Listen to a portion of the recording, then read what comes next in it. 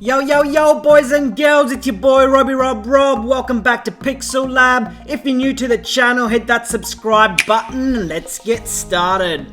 So as you can see, I picked up a bunch of stuff again this week, which is good. Just after Christmas, so I had a little bit of money left over, so I thought, why not? I'll hit up some cash converters places and see what they've got in stock. And so the first game that I managed to pick up is nothing spectacular, but it is something I don't currently have in the Nintendo 64 collection, and it is Wayne Gretzky 3D Hockey.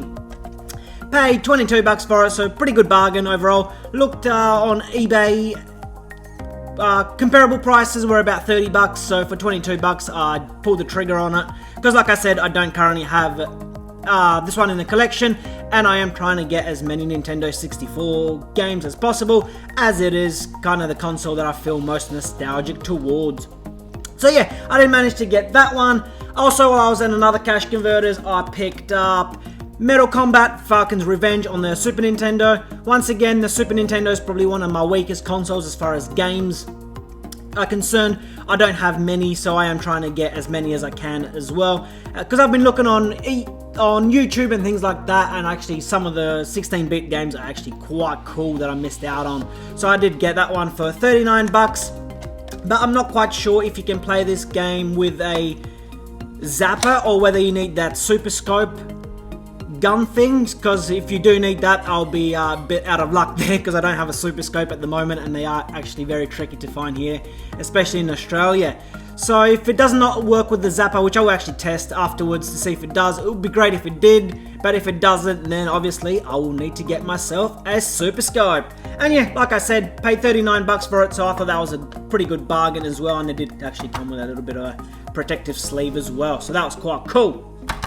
Next game I got is the Flintstones, also on the Super Nintendo. This is the Flintstones, the Treasure of Sierra Mad Rock. So that's quite cool as well. $39. It is slightly damaged by someone engraving their name on it. So obviously won't be able to get rid of that. But all in all, it should work. Cash converters is quite good, because if they don't work, any other games, you can take them back within 30 days for a full refund, so that is also quite good. So yeah, that's the next game I got. And probably the other game is probably one of the most hated ones for some strange reason, and that is Shaq Fu, also on the Super Nintendo. $20 for it, bargain I think, or maybe not, because it is a hated game. From doing a little bit of research on the internet and YouTube, I did come across a saying that apparently there was a website dedicated to finding every single one of these cartridges and destroying them, because it is absolutely one of the worst fighting games ever made.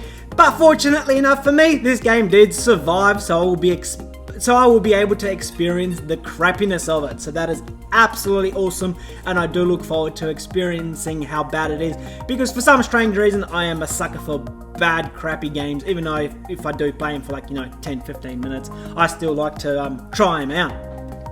And the next game I got is also a lead up to the next item that I got, and that is Mission Impossible on the Game Boy Color. $15 for it, not a bad deal I think. I don't have many Game Boy Color games. I think I got like 2 others, so also going to try to get a couple of those as well. And the final item I got is Badoosh. It is the Hello Kitty Game Boy Color, the pink version. I'm sure that's the only version they had, it was the pink one. It's of a guy off Facebook Marketplace, not too far from where I live. He seems to import a lot of the variants from Japan. And I am actually on the lookout for every single Game Boy Color variant as well, so he's a good bloke to know. And like I said, he only lives about 10 minutes from me, so whenever he gets a new shipment in, he lets me know on what's available and how much, and if I'm keen on it, I'll pull the trigger on it. Also, I've asked him to get me a Game Boy Pocket Lite, which is one of the rarest consoles, I think worldwide. I think there were not many released, and they were only released in Japan, so it is very rare, so I'm also on the lookout for one of those. But like I said, I am on the lookout for every single Game Boy Color variant. The Pokemon ones will be a little bit trickier to get because they are very expensive, but I did get this one, so I'm quite stoked. And it does have batteries in there also, and I'll just pop it in so you can just have a look that it does work beautifully. Sounds great, screen's great, no dead pixels, no dead lines, so that is fantastic. I paid 160 bucks for it, not cheap, but not also very expensive. I looked at them on websites and eBays and things like that, and they're going for around 170, 180, 150, depending on cosmetic condition. A lot of the ones I saw, the Hello Kitty logo thing was scratched to buggery, so I didn't want to pull the trigger on any of those. So yeah, when he messaged me for 160, yeah, it was a no-brainer for me. Definitely needed one of these in the collection. So as you can see, works fantastically well. Sound works good. Overall, probably won't be able to see much as far as the screen goes because the lighting is pretty horrible as there was no backlights on them. So overall, pretty stoked with the pickups I got this week, and I can't wait to see what I pick up in the next week or two.